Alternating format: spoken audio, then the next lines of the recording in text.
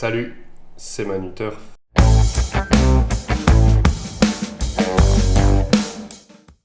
C'est acide ça. Salut à tous, j'espère que vous allez bien. On se retrouve aujourd'hui pour de nouveaux chevaux. Retour dans la discipline du trot pour aujourd'hui. Mais avant ça, passons au débrief. Alors le cheval d'hier, c'était Amorcita qui nous donne une très belle victoire. C'était le parcours parfait en plus, toujours proche des animateurs à la corde.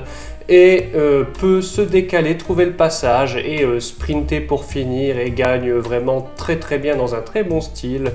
Il donnera 1,90€ sur le physique, mais quand même un sympathique 2,30€ gagnant sur le online. Donc on a pu doubler quasiment à chaque fois. Donc au final, ça reste une très belle opération. Et l'outsider d'hier, c'était Breath of Fire qui malheureusement nous déçoit grandement. Son entraîneur avait fait une interview d'avant-course.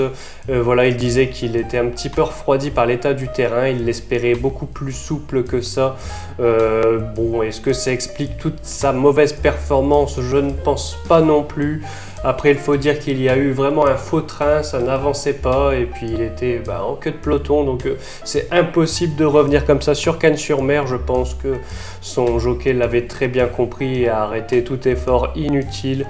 Ce sera à revoir si tant est qu'il est toujours en bonne condition. Allez, on passe au cheval du jour. Nous allons en direction de Vincennes et nous allons aller dans l'épreuve du Quintet Plus, donc la course numéro 1.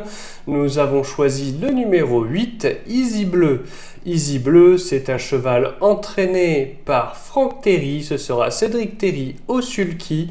Ce cheval va sur l'hippodrome de Vincennes que depuis peu de temps, malgré ses 10 ans, et il y a montré des performances assez intéressantes, notamment une belle deuxième place en décembre dernier.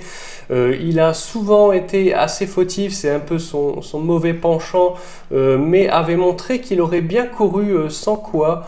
Son entourage semble assez confiant, il y a emoji vert sur le site du trot, et j'ai eu quelques petites infos. Voilà, il faut que le cheval surtout reste sage, mais si c'est le cas, il y a vraiment un très bon rôle à jouer, il est même capable de gagner.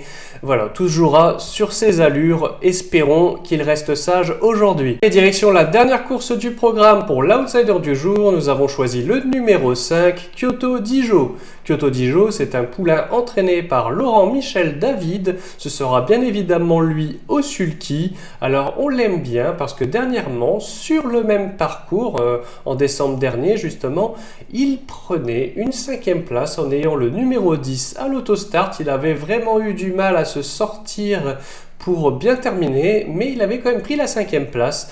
Aujourd'hui, il sera en première ligne. Nous pensons que le lot est beaucoup plus accessible pour lui et de plus, il sera allégé dans sa ferrure.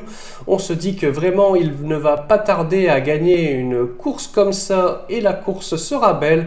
On pense que ça peut être le moment aujourd'hui. Donc pour nous, tout est aligné pour qu'il fasse une très belle performance. Et voilà, c'est fini pour aujourd'hui. J'espère que vous avez apprécié cette vidéo. Si c'est le cas, n'hésitez pas, un like, un commentaire, on follow la chaîne si ce n'est pas déjà fait.